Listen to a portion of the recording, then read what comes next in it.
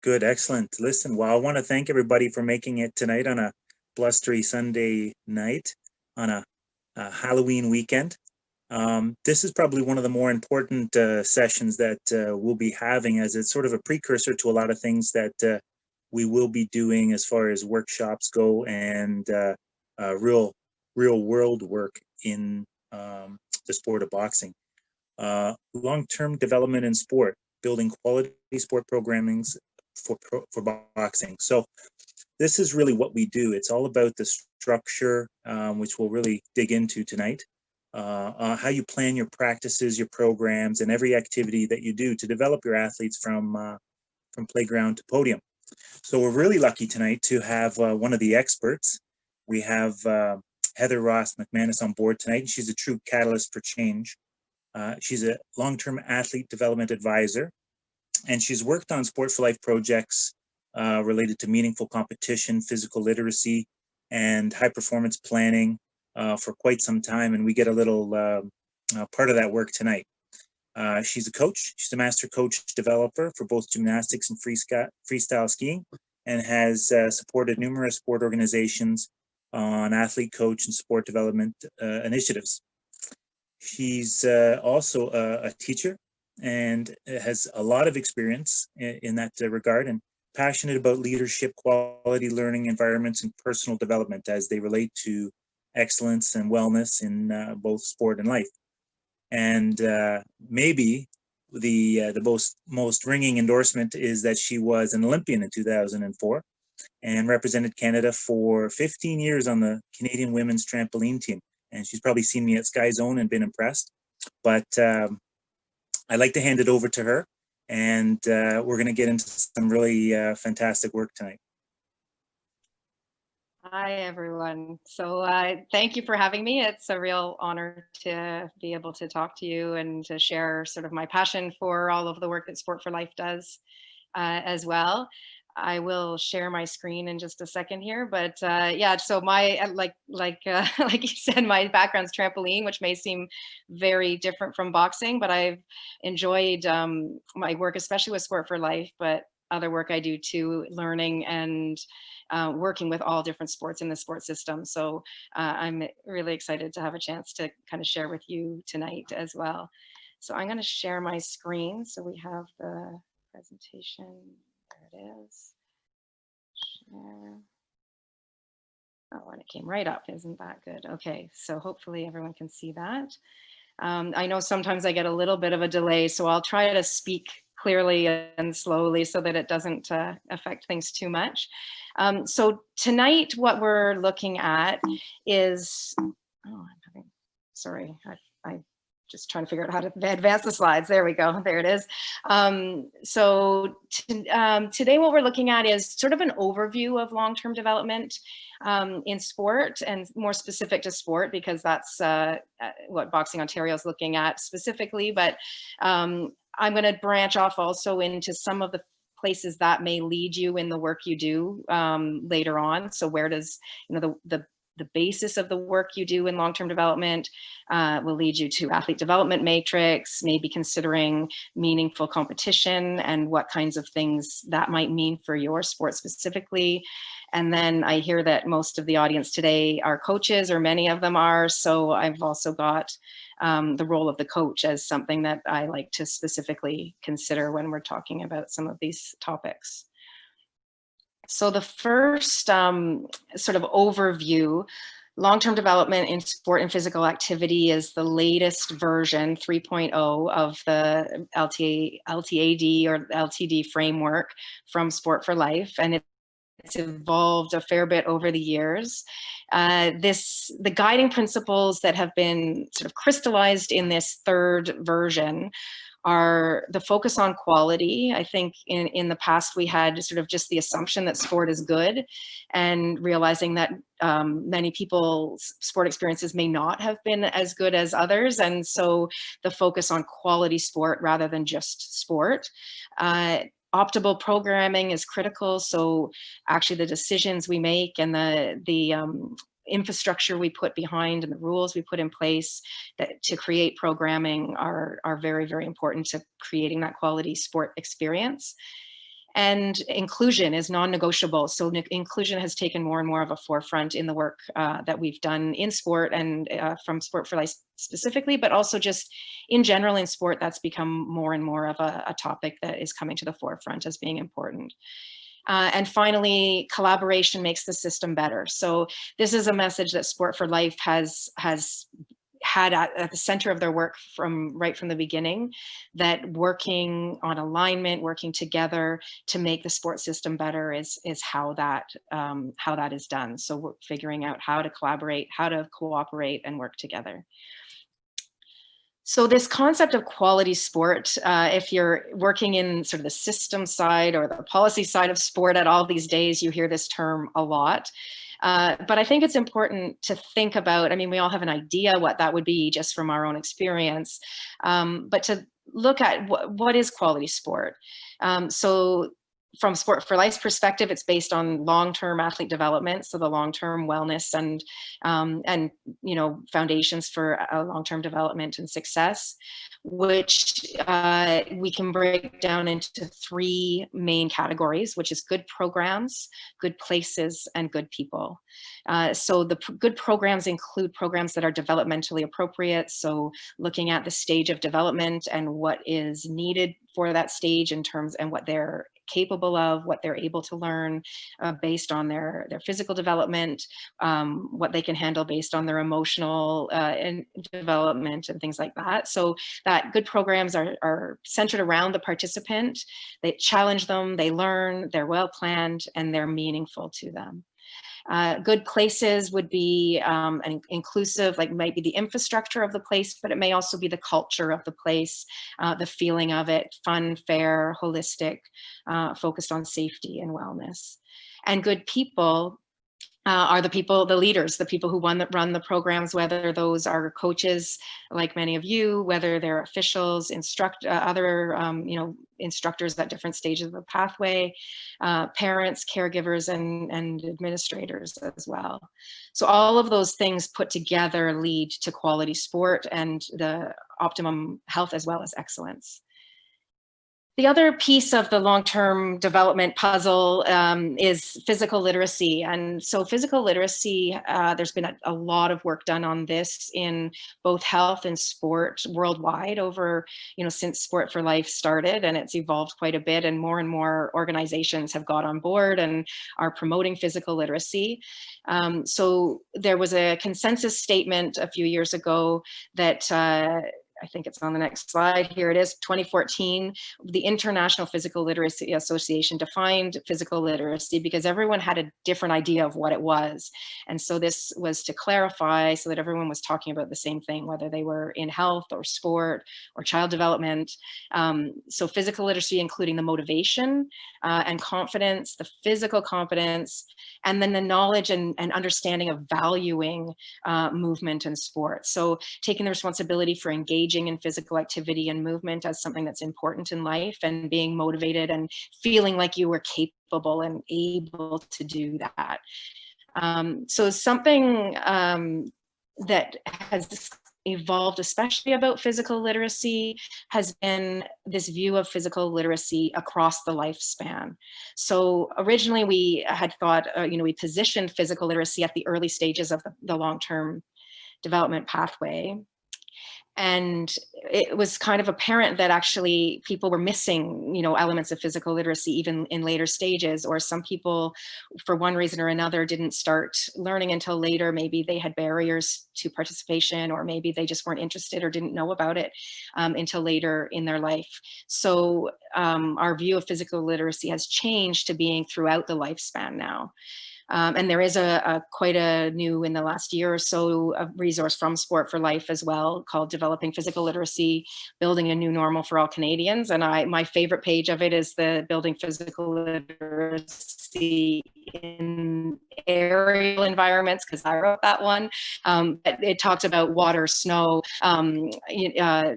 earth, as well as all these different environments, but also sort of what physical literacy looks like in communities, in sport, and in health as well.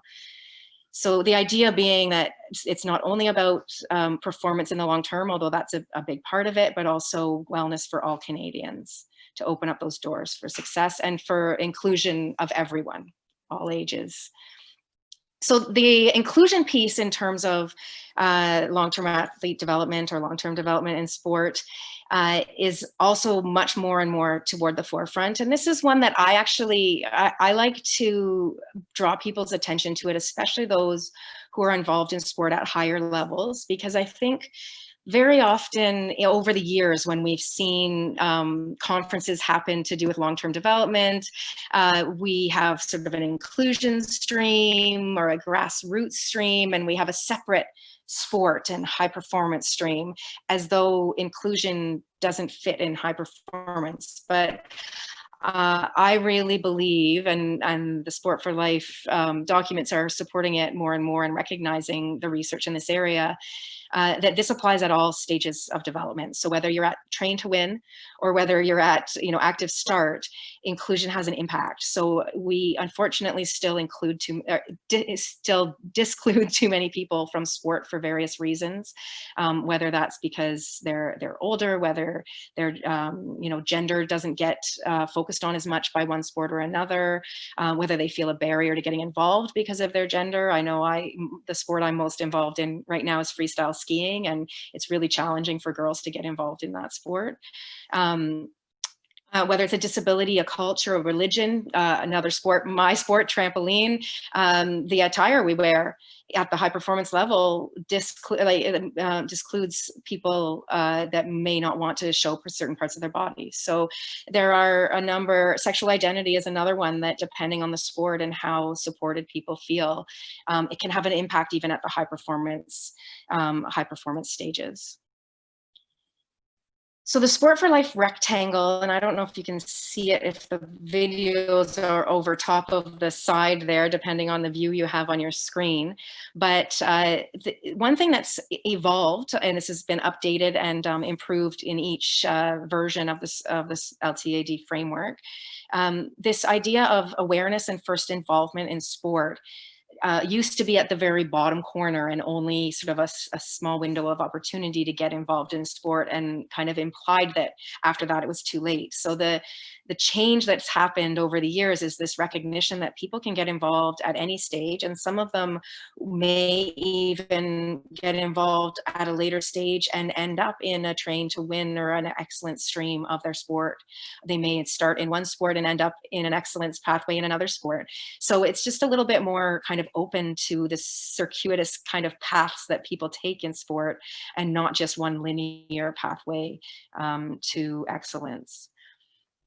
Train to train, you may notice if you've seen this rectangle in the past and kind of know what it looked like before, train to train has a broader base now than it used to in the diagram, recognizing that more, try to draw more individuals into that train to train stage to experience sport, and to make that quality sport experience one that draws more people into the train to train, so the competitive stages of their sport.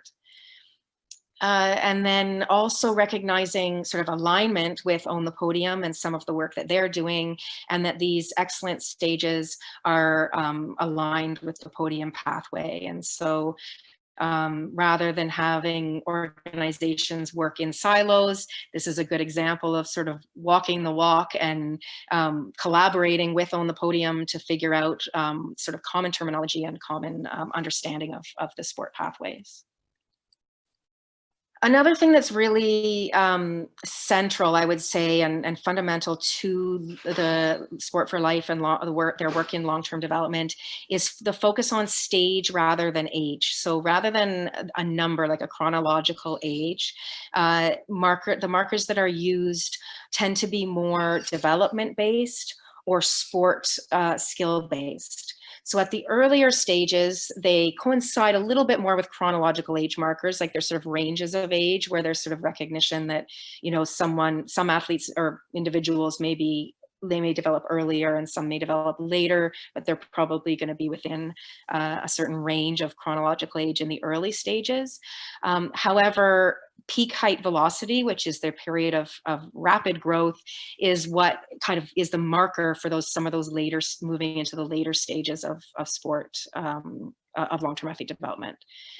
So it also recognizes that there's more diversity there as well in terms of when athletes may sort of become stronger because of their growth, or that may develop later, or they may transfer from one sport to another.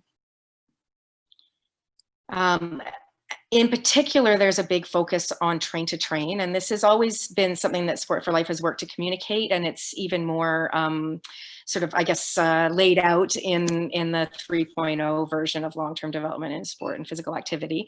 And looking at that adolescent stage of development, where there is a lot of variety in terms of sport participation, there's a lot of variety in demands. People are growing very rapidly, so there may be challenges with recovery and injury and burnout if we're not careful, and if we don't look at some of the specific things that are outlined to prevent those things and to focus on wellness. I think one of my favorite diagrams in the new version of the long-term development is this, we call it the spaghetti diagram when we talk about it with the LTD advisors quite often, because I think this is exactly that example of inclusion and the diversity of pathways that individuals may take. So we've got these clear, colorful blocks that look like, okay, you have to follow these steps step by step, and everyone's going to do it almost the same. When in reality, if you look at person E over at the side, they may have had a later awareness, later first involvement in a sport. Could be because of a childhood illness, could be because of economic reasons, could be just they didn't think of it till later.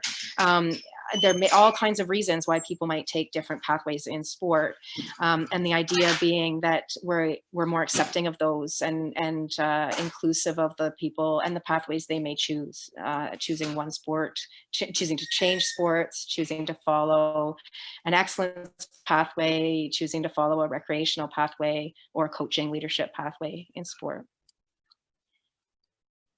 So just a bit of background about where we came from to get to this point. So moving from that LTAD to now long-term development in sport and physical activity.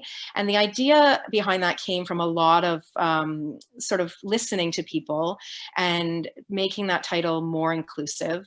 So while LTAD worked for sport organizations and national and provincial sport organizations, it seemed fairly automatic.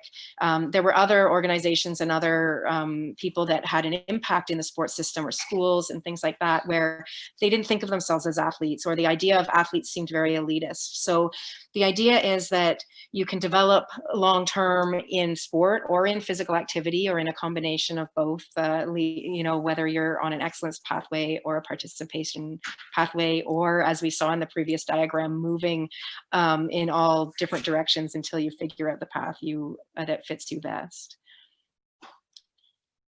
This third edition has moved from just sport to quality sport, as I mentioned. The idea of inclusion has evolved. Also the physical literacy has also evolved, like I said, to include the full stage, still full pathway.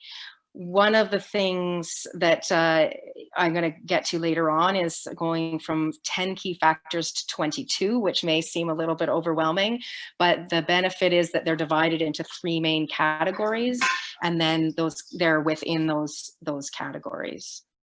And then also just aligning some of the language to fit with other multi-sport organizations that are doing work in sport and physical activity to share language that's consistent and easier for people to understand. Okay, sorry, I'm just gonna. So why long-term development in sport and physical activity? Why 3.0? So a lot of the core knowledge that we used to try to get across has been kind of embedded in the sports system now. So it used to be kind of an activism, a change in thinking, a change in culture, whereas now it's much more, many sports have already made those big changes and are now working on more details. So trying to get our knowledge base to expand. There's been more research done in things like multi-sport, in things like alignment, in pathways to excellence. So being able to broaden the focus and also to be include physical activity organizations as well. So that first generation was more the playground to podium.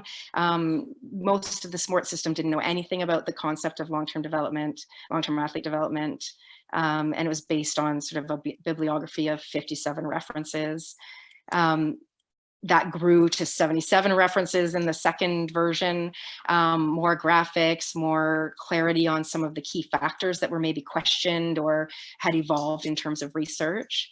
And then the third generation, where we're at now, has not just 77 references, but an entire handbook of references, which may be an excellent resource depending on what work you're moving toward in boxing, looking for the actual academic research articles where the information came from that informed the LTD documents. This handbook of references is really helpful for that as well.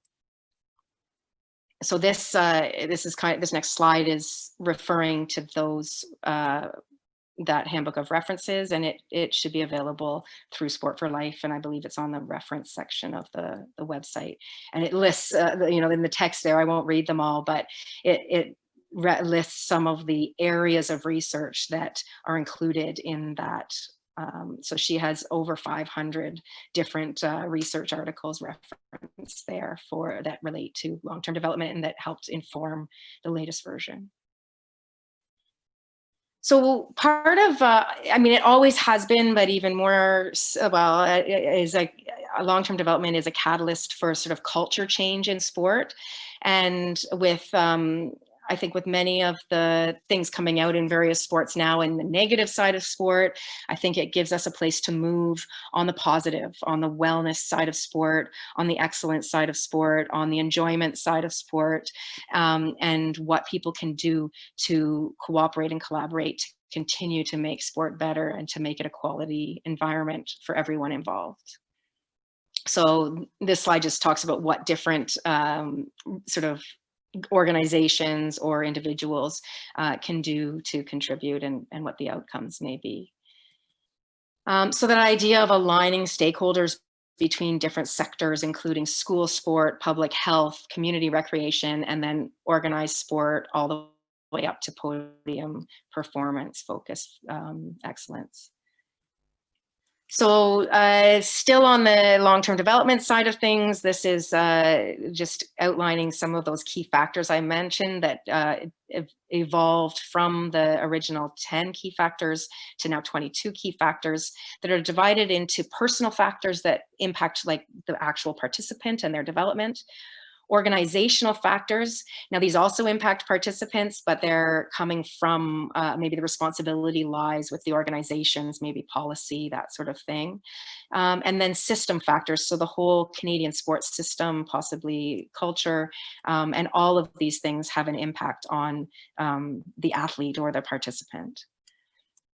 So the personal factors include some of the things that you may remember from earlier versions, physical literacy, quality environments. So not just quality sport in general, but the environments themselves are quality. And that can go from physical environment to cultural, sport culture as well as part of your environment. And more of the discussion, even at the high performance you know, tables these days, is talking about quality culture or sport culture type environments. Focus on developmental age, how your developmental age has an impact on your pathway in sport. Sensitive periods where athletes are, or individuals are maybe more trainable in certain areas.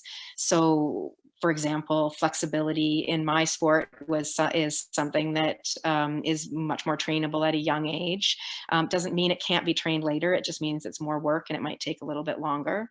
And so recognizing that as well, that it's not just one window, but it is, you are more sensitive to being trained in certain things at different stages in your development. Predisposition, sorry, that word didn't come out quite right there, is another thing that's considered that wasn't in the earlier versions, but really sort of an affinity for a sport, or an affinity that may be an enjoyment. It may also be a physical, attributes that make you more likely to excel in a certain sport or to enjoy a certain sport. So as much as I loved basketball when I was in grade 8, I wasn't destined to dunk, that's for sure. I could jump reasonably well, but so my predisposition was perhaps, and I was quite flexible, no fear. So my predisposition, for example, was more toward acrobatic kind of risky sports. Excellence takes time. This one has evolved over the 2 versions from the 10,000 hour rule, recognizing that 10,000 hours does not necessarily give you the exact formula. Like perfect practice makes perfect, rather than just any old practice, is one part of that.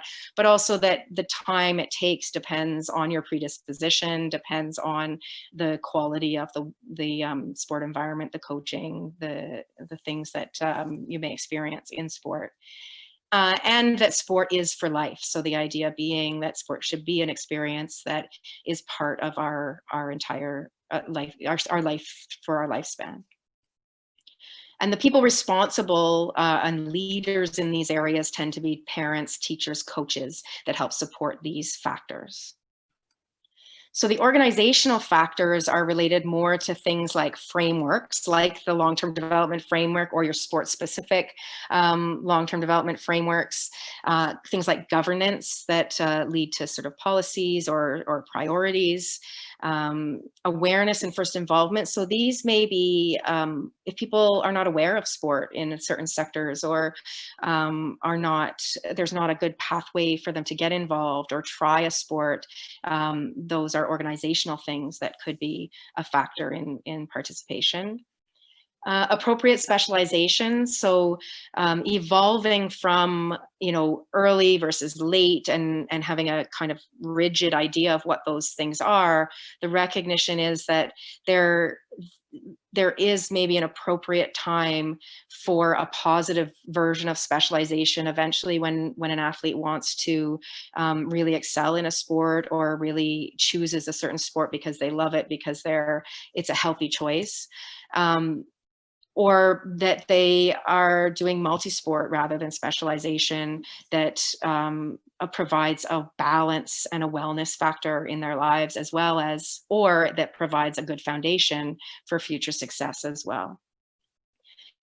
Periodization is another factor, and it was an early one that Istvan Bali, who was one of the first writers of the Sport for Life documents, was extremely knowledgeable about and contributed significantly on, and we've added a lot more sort of research in that area, and various compilation of what's out there in the literature as well. But recognizing that rest and recovery, and how much you compete, and how you plan your season has a really big impact on the sport experience and the quality of that experience. Competition, and having appropriate competition that fits the age or stage of the athlete, and I'm going to get into a little bit more detail on sort of meaningful competition a little bit later on as well. And then the concept of transitions, making it possible for an athlete to change from one sport to another, or to move from one discipline to another within a sport, or to maybe take some time off and come back, maybe to do, a really challenging school program and then still do their sport. There's lots of transitions in life, when you move from being a child who's cared for by your parents to, maybe a university student living alone and trying to look after yourself. Those are all transitions that have a big impact on sport participation. And so leaders or organizations that are responsible for some of these are schools and clubs and leagues, maybe the PSO or NSO as well. And then finally, the system factors. And while some of those things may have seemed like system factors in the organizational one, the system is even more, is bigger than even a single organization. So collaboration and cooperation between organizations in the sports system, system alignment, how easy it is it to move from maybe a provincial team to a national program? Is there alignment there? Or do athletes fall in the cracks? Is there alignment between school system and the provincial or national sports system? Is safe and welcoming, the inclusion side of things? Diversification, I think, is also recognizing inclusion, but also allowing for individual athletes to make choices and to follow different pathways within sport. That recognition that development is long-term, it takes time, and that the system needs to support that longer-term development rather than just focus on success tomorrow at the expense of wellness, or even at the expense of long-term sport participation.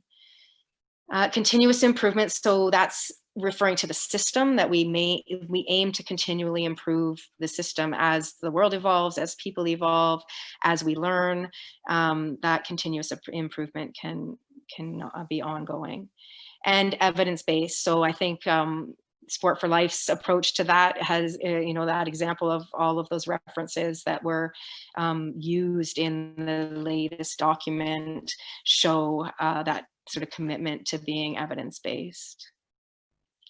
Leaders in these areas would be like NSOs, multi-sport service organizations, so things like coaching associations and Sport for Life, On the Podium, various True Sport, Canadian Centre for Ethics in Sport, all those sort of multi-sport service organizations that try to make the system better for everybody, for every sport, as well as the PTSOs and government as well. Funders can have a big impact in this area. So that gives you a bit of an overview of the factors that are involved. I have a cat behind me. That's a little bit, just join the presentation here. So that covers sort of the overview of long-term development, but I'm going to go off on a couple other tangents here, because these are areas that once that long-term development is understood and in place and your frameworks are complete, so be looking at more detailed pieces of that puzzle. So the athlete development matrix is a really, I would say almost, I mean, the framework is important, but the athlete development matrix is maybe what coaches could use as a really more detailed resource. It can lead to better competition systems. It can lead to better coaching programs. And so it's a really important piece of the puzzle that becomes your sport-specific kind of details of the athlete pathway. So Sport for Life has created a lot of resources, actually a really very, very, very thorough resource in this area created by Dr. Colin Higgs.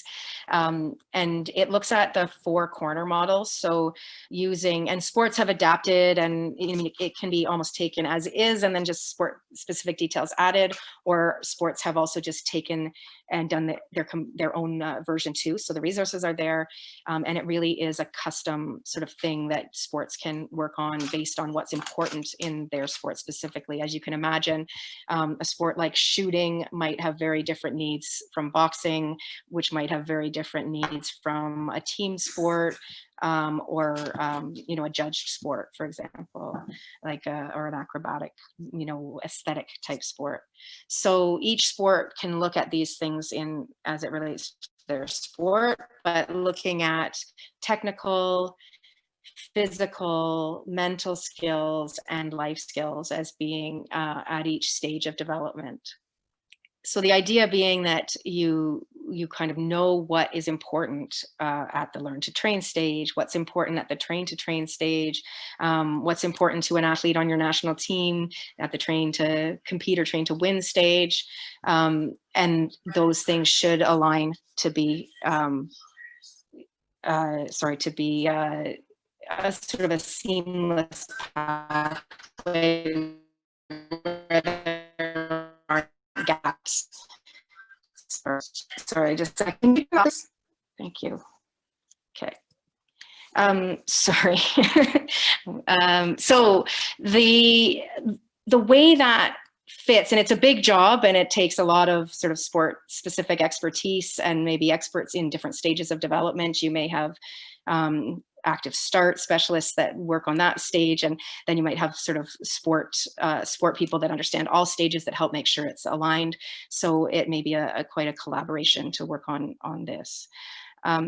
Where that fits is shown in this pathway, and this was something that was done in collaboration with On the Podium, and it shows kind of the rectangle expanded out a little bit.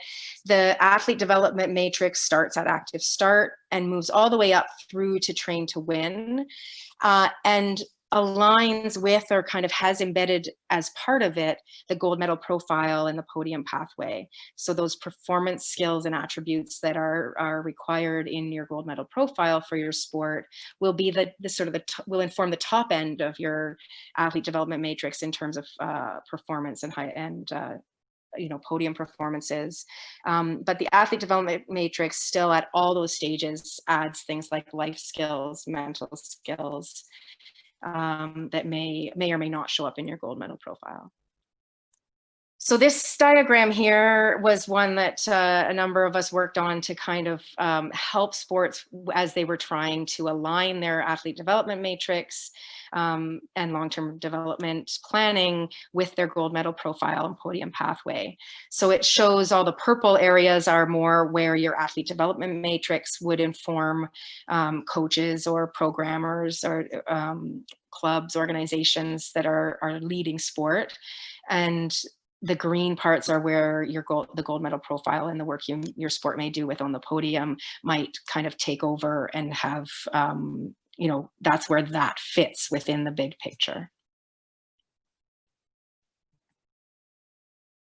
And the idea being, I think in the past, sports did an athlete development matrix, and maybe a whole different group of people might have done their gold medal profile, and they might have used different language. They might have had different philosophies even. And sometimes that whole idea of alignment was completely missed, even though that was, sort of part of the plan. It wasn't happening, wasn't always happening, or it wasn't happening easily. So this was intended to sort of guide that so that the alignment could be a lot more smooth. And so that an athlete moving along the pathway with coaches that are being informed by these models doesn't suddenly drop off a cliff and wonder, what am I doing now? What's important? What should I be working on? So there's a Sport for Life resource that is available, but not publicly available. So if sports are working on their athlete development matrix, this is something that they can have access to, along with support from Sport for Life to help them work their way through all the details. So that's something that's worth knowing about anyway. And maybe whether your national sport organization is already doing work in that area, or whether there may be certain areas that the provincial sport organizations are contributing. Quite often that is the case. So the impact of that athlete development matrix really has a lot of spin-off effects in terms of what sports actually do. So there's the theory of long-term athlete development, and you buy into all those factors and what's important and the priorities. But the athlete development matrix is really the details that help you figure out how to actually change things, what would actually make things better for the athletes, or what will actually help athletes to progress more effectively toward high performance if that's the path they choose. That will help them have those foundations. So that picture in the middle with all the colors is representing the athlete development matrix. There's input from OTP or gold medal profile sort of expertise. There's input from Sport for Life in terms of athlete development matrix.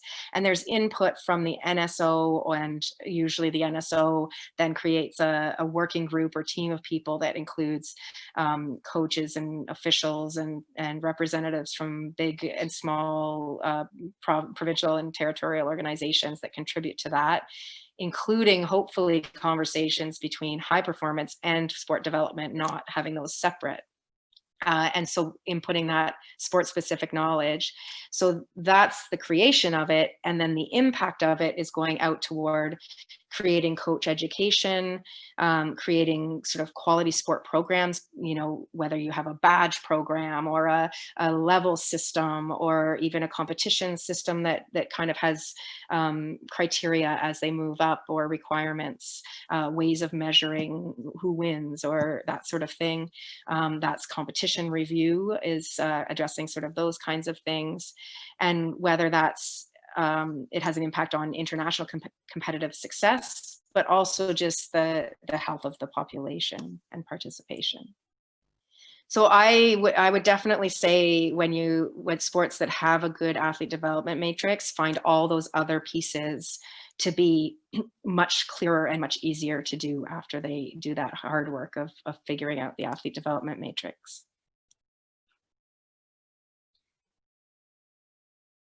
So I mentioned earlier meaningful competition, and that I would get into that in a little bit more detail. So one of the things that Sport for Life has worked on with sports over many years is a competition review and restructuring. So the competition review is looking at your current competition system and determining whether it meets certain needs, whether it takes into consideration how much to compete and training ratios, what's measured in competition, whether it's appropriate at certain stages of development, or are sports just using, I think for a long time, sports were using the international version of their competitive, their competition, and just doing that even with the youngest age groups.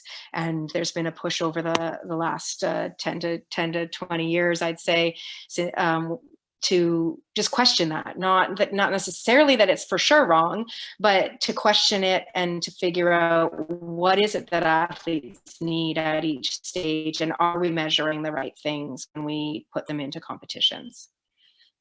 So one of those things is a different perspective on winning, and this came from work done by FIFA, the International Soccer Association. So from FIFA, the recognition came that adult or top teams are focused on a team performance. And of course, soccer is a team sport. So they focus, like, that performance to them means team. But really the focus on performance, or doing, the details of what you're doing, performing them at your best in the moment, is the focus of those train to win stages. Whereas youth teams, the focus is much more on performance development, or the development of the individual, rather than the outcome of team performance in soccer, for example. So in youth teams, the goals are much more development related, whereas at the higher, later stages of development, it's more competition and performance related. So the idea of meaningful competition is that that competition, especially at the developmental stages, should support learning. So the idea is that it motivates athletes to learn. What's measured is something that they then will be motivated to do better at. And then that will help them improve in their sport in a way that will help them in the long term as well. That competition reinforces the development of skills that are stage appropriate skills. So the skills that they need, for an example of that, work that I did with artistic swimming, which is synchronized swimming, which is now artistic swimming. They started realizing that the things they were judging with these huge group routines at Learn to Train were not measuring the things that they needed to do most at that stage, which was flexibility-based individual skills. So they started adding that into their system. So does competition actually measure the things that they should be spending their training time on? And then that the athlete actually remains engaged and inspired throughout the competition, trying to achieve specific goals. So that they're not, they're not a big blowout, that they feel like they're in the right place, that they belong, that they're competitive, that they are challenged, and that those results are fairly close, so that the athlete feels that they do have a chance for success. If they feel like they completely don't belong, that doesn't make for a very meaningful competition experience. So that's kind of an overview of meaningful competition. That's another area that generally, if you have your framework and then you have your athlete development matrix, that idea of competition review and restructuring with that meaningful competition idea in mind is one of the next steps that can really help improve the sport experience and improve long-term development for each individual athlete.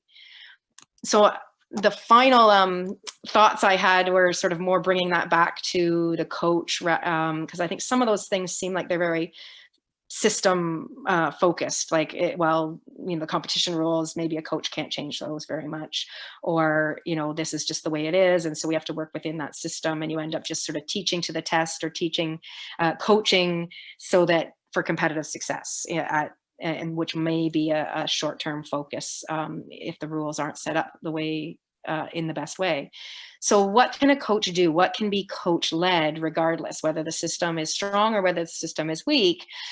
Coaches have a role. So the coach can improve or make things, or can sort of limit things for an athlete.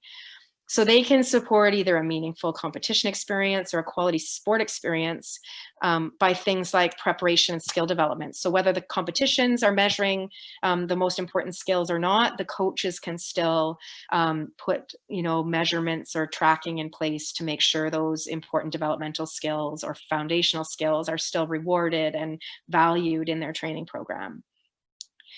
Data tracking and analysis, like an example of this from baseball that Andre Lachance is always innovating. If you ever have a chance to get him to work with you, he's always, every time I present with him or work with him, he's got new ideas added to his list of ideas to share with people.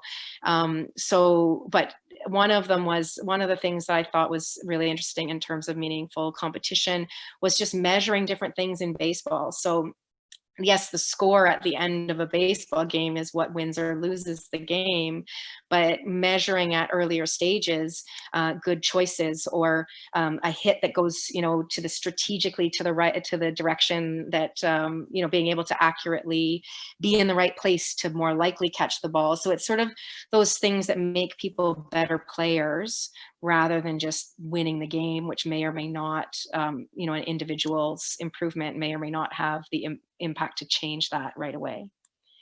The other thing coaches may be able to do, and it depends on the sport, is choose events.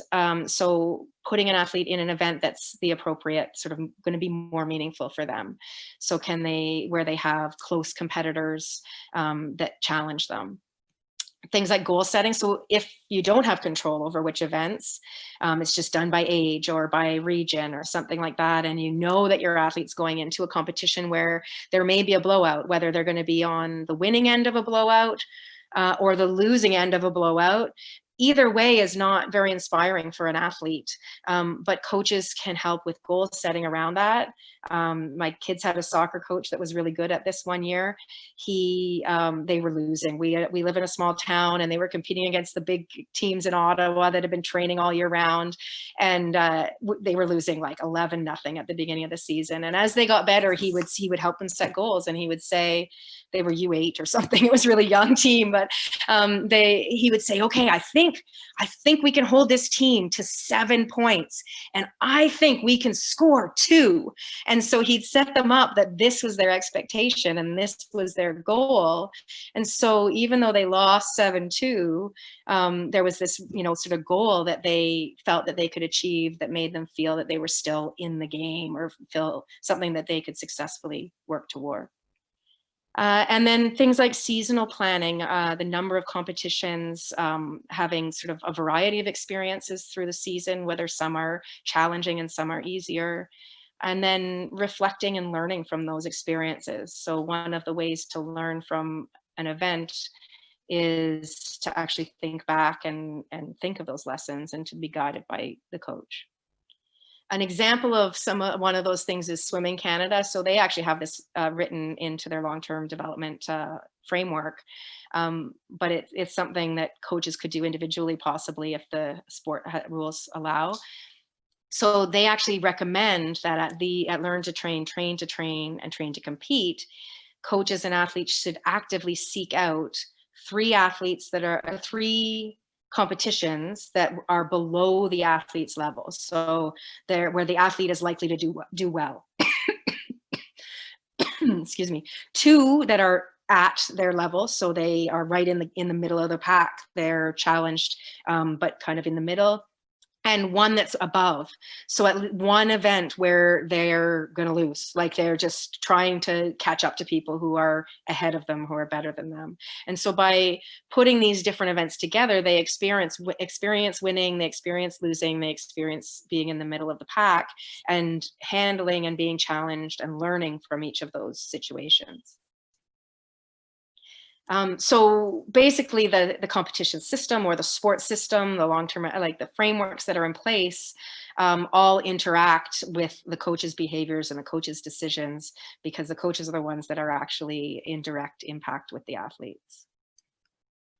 So that brings me to the end of my slides. And I think, yeah, I think there's a few minutes left, so I'm happy to expand on anything or answer questions or anything you like at this point.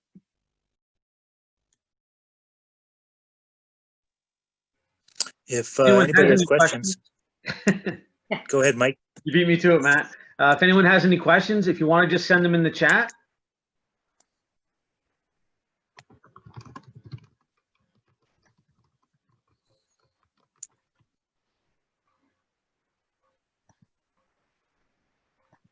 It's all you, Matt. We'll just take a few minutes while we go around the table and see if anyone has any immediate questions, and we can always do a follow-up. People can email their questions in, and we can get the appropriate response and detail or guidance that you might suggest.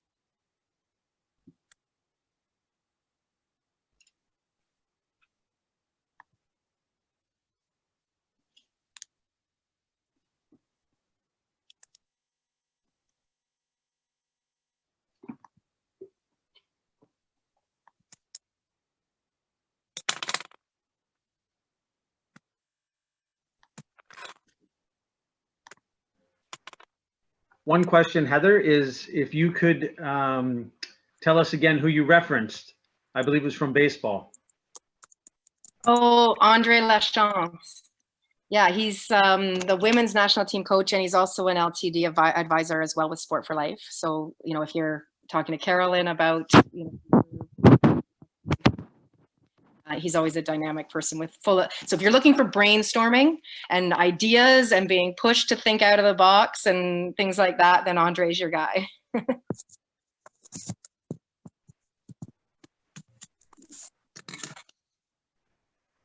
Just a footnote, I also put a link in the chat for the Heather referenced gold medal profile. Boxing Canada does have a gold medal profile. I put a link in the chat that you got, you know, anyone can go and check that out. That's been there for quite some time. And it gives you a bit of an idea of the standards, well, in our sport specifically. Yeah, and even for individual coaches, like even if it's not creating the guiding document for your sport, individual coaches can look at that. And I think the important message with the athlete development matrix is that what's in the gold medal profile is probably not what you're looking at Train to Train, but it's probably evolved, like you want it to lead there. So if you have things that are, you know, recognized in your gold medal profile as being important for your sport, maybe it's a mental skill, or maybe it's a physical or a tactical skill, what builds that? What are the foundations for that skill? And working your way back to the earlier stage of development, where are the places where are the windows where that would be best developed? Where are the opportunities where that might be missed if athletes are getting to a certain stage and are missing important pieces, where would be the best place to make sure that that doesn't get missed in the future in programming? So another question for you here. How would you balance challenging a boxer with higher competition levels versus maintaining his or her safety and confidence, knowing that they will be under fire? Yeah, and I think that's one of the challenges of direct matches, right? Like, and even more in an individual one, that you have those possibilities of actual, like, real clear blowouts one way or another, if things aren't well matched. So I think that's where, I mean, hopefully the system is supportive in that, in terms of, you know, whether how rounds are set up to match people up. I think if And you don't there's mind, been a fair bit of work. Yep. Oh, sorry. I was going to say, if I think in some cases we can work together. A lot of our clubs work together, and I know that I've taken my guy to different gyms. Well, actually, there's a gym on here now. I've reached out to Andrew and Olga in the past to bring my fighters there so they could spar with some people that were more advanced than them. So it was a situation where they're going in and they are not at the same level, but we're also safe. Yeah. Yeah, and it might be, you know, important to do that in a situation where the outcome doesn't matter, you know, like, or so that the person winning, like, so, and I think an example, if you know, a hockey example where in some tournaments, the number of points you have as a differential is what gets you into the final. Well, then you end up with the winning team just scoring every goal they can against a weak team, because that racks up their points. You know, how the rules are set up, and if it's an outcome that has an impact on the winner, then they're likely to try to, you know, score every point that they can. Whereas if it's a set up as a friendly match, where they learn from each other, that might be safer in a way than, you know, so kind of, I think definitely having a sport where that safety factor is there, is important to keep in mind. So yeah, how you calculate those points might matter in that situation. So we have another question. Does COVID-19 have any immediate impacts on long-term athletic development plans made by Boxing Ontario or Sport for Life? Mm-hmm. Yeah, I would say, so I'll answer first, but I'll maybe let you guys answer if you know the answer to that. I would say that there's a few things to consider. One is, are there opportunities, I guess, like, are there, because sometimes in many sports, we're so focused on competing and qualifying and getting somewhere that we might miss things that could be done, that we just don't have enough time for. And maybe they're not a priority because we don't have enough time for them, because other things are more of a priority. Are there some foundation work that you can do? Is there speed? Like, I don't know. You know boxing, but I'm thinking, like, for my sport, it would have been flexibility, or it might have been core stability, or things like that you just always should be doing more of, that you run out of time for when you're in your competition season, or when you're just trying to do the next thing all the time. So that would be one thing, is looking for those opportunities. Another one is just keeping that engagement going. So how can you keep people engaged? How can you keep them inspired in a way that contributes to, hopefully, even more motivated return to sport when they have the opportunity? Boxing Ontario, I can give a quick update. I know my athletes are focusing on conditioning. There's not a lot that we can do right now. I think anyone that's looking at competition is in basically a maintenance. They're training maintenance. They're not looking to ramp up or anything like that.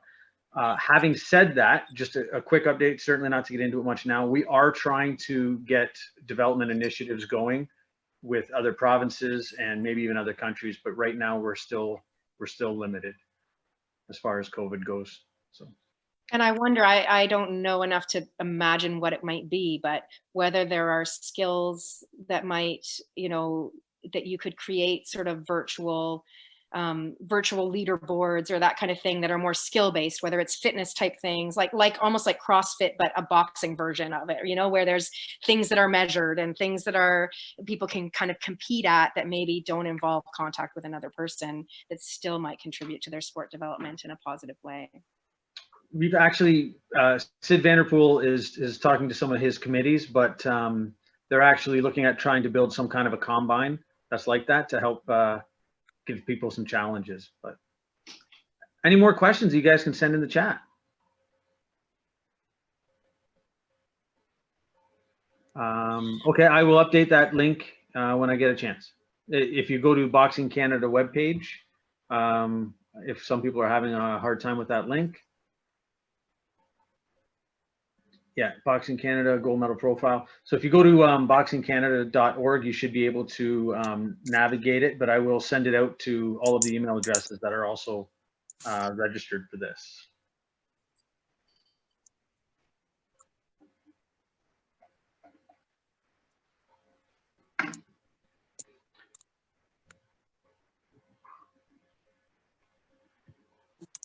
Any more questions, guys?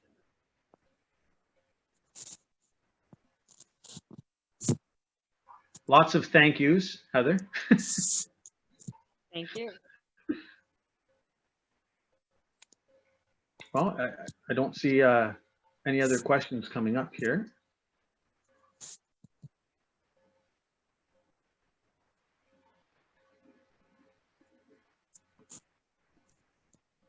I have a question for you, Heather. What do you find is different with the the approach to the athletic development here as compared to some of the other countries when you get to the high level for world championships and Olympics and things like that? That's I think, I mean, one reason or benefit to having sort of a made in Canada framework and pathway is recognition of where it fits in Canadian society and Canadian culture and motivations of people that live in our country, right? I mean, I know as an athlete myself, you know, competing against athletes from the Ukraine or from Belarus and places like that, where being successful at sport was their ticket to a good life. Whereas my, you know, being successful in sport was probably giving up a better life to be an athlete instead because I loved it so much, right? And so we have a very different reality in Canada in many sports, especially smaller sports, I would say, where we have to recognize that athletes are probably doing it because they love it, or they're sort of fanatical about it for one reason or another, and driven in their own way, not because it's like the be all and end all of success in life in their country, in our country, right? So I think training methods have to fit that in Canada and in countries where we have a choice and where we have maybe other options or, you know, potentially more lucrative options, that, you know, that wellness and that contribution to a good life in terms of feeling fulfilled and feeling balanced and feeling motivated becomes a really important part of the pathway in Canada, I would think. And I guess I would add to that, like, I think we've had some really successful athletes that have done that. You know, you hear people speak like Adam Van Coverdon and his experience in sport, and what's Dunfree, the race walker who did really well in the last Olympics. He was fourth though, and the trampolinists I know, and now the gymnasts are starting to, you know, Ellie Black, who's a current up and coming gymnast who's, you know, going on her sort of third Olympics that she's been vying for. And these are athletes that are living a well-balanced life as an elite athlete and sort of leading the way for that. It's shown that perhaps they're actually better than they would have been without that holistic kind of approach. Rosie McLennan, I would say, is a perfect example of that, making a success of a holistic approach to sport. I have another question for you here. What are your thoughts on athletic neurotyping when it comes to development? That one might be a good question for your next webinar. Those guys are way more into the sports science kind of strength conditioning type stuff than I am. I tend to be more focused on my passion is the psychology and the biomechanics and the combination between learning and motivation and skill, I guess. But yeah, I don't have a good answer for that one. Well, if Matt? No other questions here, but just a big thank you for joining us, and certainly the note there that we do have a session November 15th on the Sunday with Dr. Adam Decker and Richard Sylvester, and that is going to be particularly about the myth of strength training and transfer of strength in complex training. So a little more specific, which was the intent here to give the overview with athlete development with yourself, and then lead into some specific topics and dive a little deeper in some of those unique areas.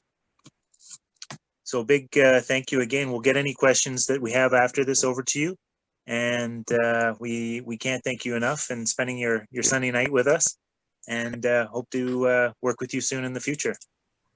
Thank you very much, Heather. Thank you. Thanks everyone for listening.